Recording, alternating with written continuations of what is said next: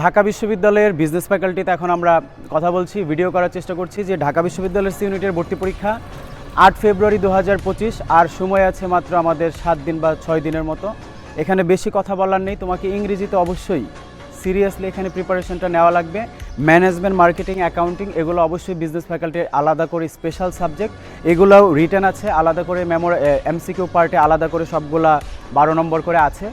অবশ্যই তোমার সবচেয়ে বেশি নম্বর তুলতে হবে যেগুলো মোটামুটি একটু তুলনামূলকভাবে তোমার সহজ বা টিচারের কোনো কাজ নেই, তোমার নিজের কাজেই তুমি পড়াশোনা করতে পারো।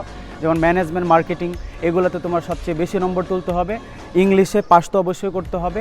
আর বাংলা যে আছে, অ্যাকাউন্টিং আছে, এগুলো ভালো করতে হবে। অ্যাকাউন্টিং রিটেন কিন্তু প্রত্যেকবারই একটু কঠিন হয় বা এটা দেওয়ার চেষ্টা করে, বা একবার ফিন্যান্স একটু কঠিন দেয় রিটার্ন পার্ট, একবার অ্যাকাউন্টিং রিটার্ন পার্ট একটু কঠিন দেয়। তো এই বিষয়গুলো মাথায় রেখে অবশ্যই কয়েকটা দিন ভালোভাবে পড়াশোনা করো।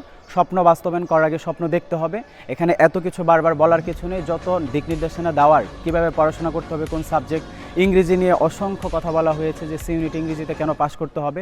তুমি হতে পারে অন্যান্য সাবজেক্ট অনেক ভালো করেছো, কিন্তু ইংলিশে তোমার দুর্ভাগ্যক্রমে একটি এমসিকিউ ভুল করার কারণে ধরো যে ফেল চলে আসলো, তাহলে 8 তারিখ বিকেলে, পরীক্ষার দিন বিকেলে তোমার মন খারাপ থাকবে, তুমি বুঝে যাবে যে তুমি আসলে চান্স পেতে যাচ্ছ না। তো এই জন্য অবশ্যই ইংলিশটাকে আমাদের সিরিয়াসলি পড়াশোনা করতে হবে। যে গ্যাপগুলো আছে, লেকিংগুলো আছে, এগুলো আমাদের এখন থেকেই ফিলিং করতে হবে। এই বিষয়টা বুঝতে হবে যে আমার কোন জায়গাটা লেকিং আছে। যেমন পরীক্ষার আগের দিন অবশ্যই তোমার পড়া উচিত ইংলিশ মেমোরাইজিং পার্ট খুব ভালোভাবে। ইংলিশ মোস্ট ইম্পর্টেন্ট গ্রামার পার্টের যে সকল টপিক রিলেটেড বিষয় আছে ওগুলো একটু রিভিশন করা দরকার। বাংলা মেমোরাইজিং পার্ট বা বিরোচন অংশ পরীক্ষার আগের দিন ওইটা অন্তত ভালোভাবে আরেকটু রিভিশন করতে হবে। অ্যাকাউন্টিং রিটার্ন পার্টটা পরীক্ষার আগের দিন একটু দেখা দরকার ভালোভাবে।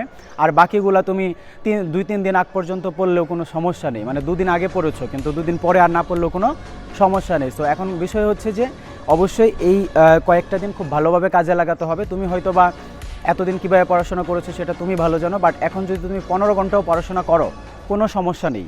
আমরা কখনোই কাউকে বলি না 15 ঘন্টা 18 ঘন্টা পড়তে হবে, বাট এখন সময় যেহেতু কম, পরীক্ষার আগের দিন তুমি একটু কম পড়লেই হবে। বাট এখন অবশ্যই দরকার হলে তুমি রাতে 4 ঘন্টা ঘুমাও, সারাদিনের প্রয়োজনীয় কাজ ছাড়া যত সময় আছে সবগুলো তুমি পড়াশোনায় দাও।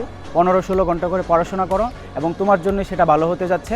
কারণ সময় যেহেতু আছে 6-7 দিন, তুমি যেহেতু এতদিন হেলাফেলা করেছো, এই সময়গুলোকে কাজে লাগিয়ে তোমার গ্যাপগুলো ফিলিং করে নাও। সি ইউনিটে চান্স পাওয়া তুলনামূলক কঠিন, কিন্তু আহামরি কোনো বিষয় না বা অসম্ভব কোনো বিষয় না।